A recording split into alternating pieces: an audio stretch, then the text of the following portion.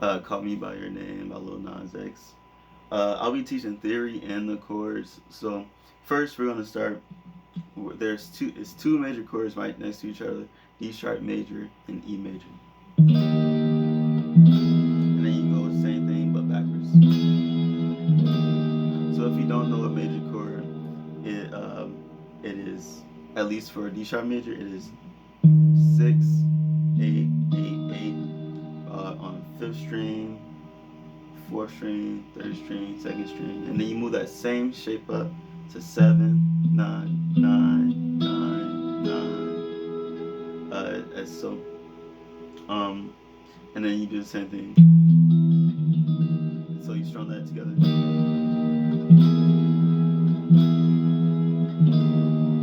You have that, and then for the main line that you hear during the chorus, you leave out that note and you skip a string, and you have that, which is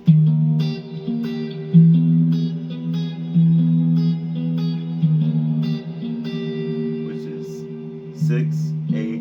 You skip a string, 8, then 7 9. Skip a string, 9, and then you just go, and then these two notes. So if you would see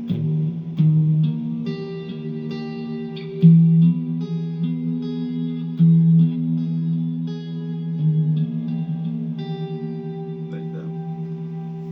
All right. So now, it's very simple. That's all. That's all the song is, for the most part. Now, when we get into the theory of this song, um, when you have two major chords this close to each other, and it's just that close like that, most of the time you can assume that it is a Phrygian, it's a Phrygian tune. And so we have that D sharp there. One thing you might hear is,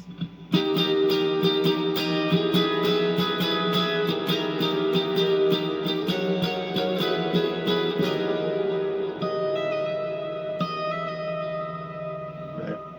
So oh wait. So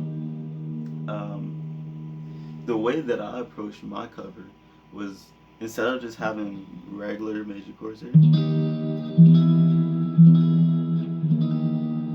I instead wanted to make it sound more Phrygian dominant.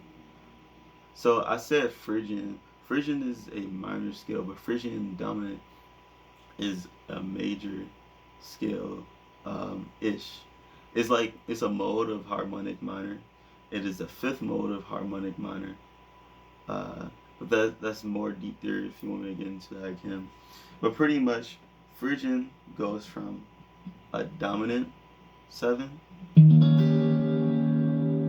a major step up to a major 7. It's pretty simple. So in my cover, I was going.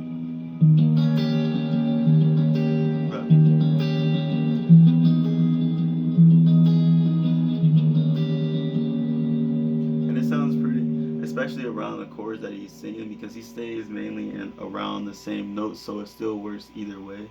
Just usually for pop, they would rather have that sound. Now, to further expand on those chords that I was doing, I kept the progression to being 1, flat 2, flat 2, 1. But instead, I use inversions of chords. So if you go and you learn 7 chord inversions, I'm using the fifth string set here. And so you have the first typical one, and then you move up a major third, and you play this one, which is also a dominant chord, but it's very pretty to me. You have this tritone here, and then you have that one, which makes it sound like a major 2 being played here, which is the interval that's being played. So that chord is 10, 11, 8, 11, in that order going down. And then you move up minor third, and you have this chord, which is another one I used, and that one is 13, 13, 12, 14. That one it sounds more dominant, but it's still a little more pretty to me than the typical one. So you have, well, I'm sorry, you have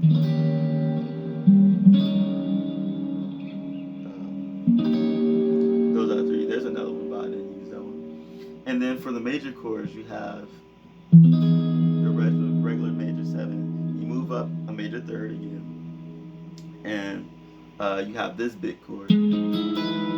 Very mysterious sounding chord. I like that in the song. And then you move up a minor third, and you have this chord. I'm sorry, I forgot to say the numbers for this.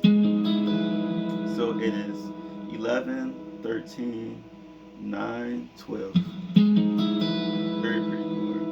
Yeah, move minor third up. You have 14, 14, 13, and what is that? 16. So what I was doing is that I was using those chords to move back and forth to progression. So if you have your dominant chord here, next you need a major chord, but instead of using this major chord,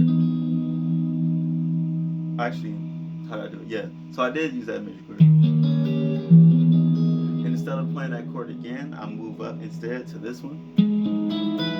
Because it's still the same chord, it's just a different inversion of it. And then instead of moving down to that chord, I move down to this chord. And that's how I like to approach, like, when you play the same chords over, you just use different inversions. Piano players do it all the time, so it's like.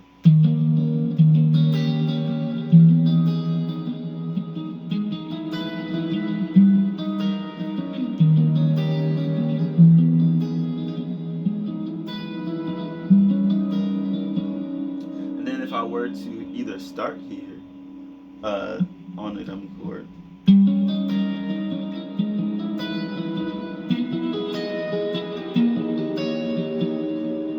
catch what I did there. I did the same thing except with the other inversions. And then the last thing I did, also did.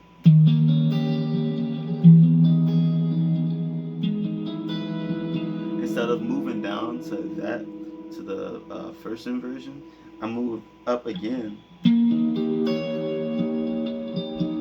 to that dominant chord instead. So it goes.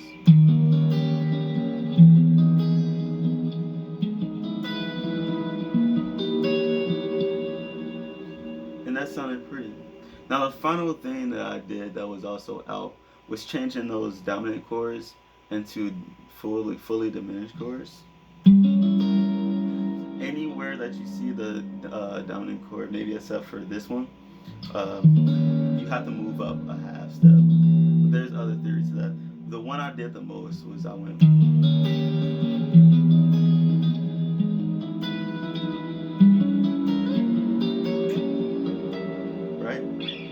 So when I come to this chord, you move this finger one note up to make it a fully diminished.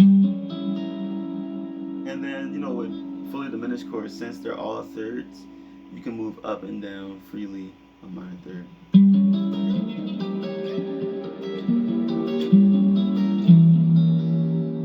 And there we go. We got my cover of Montero, Call Me By Your Name. So I'm gonna play.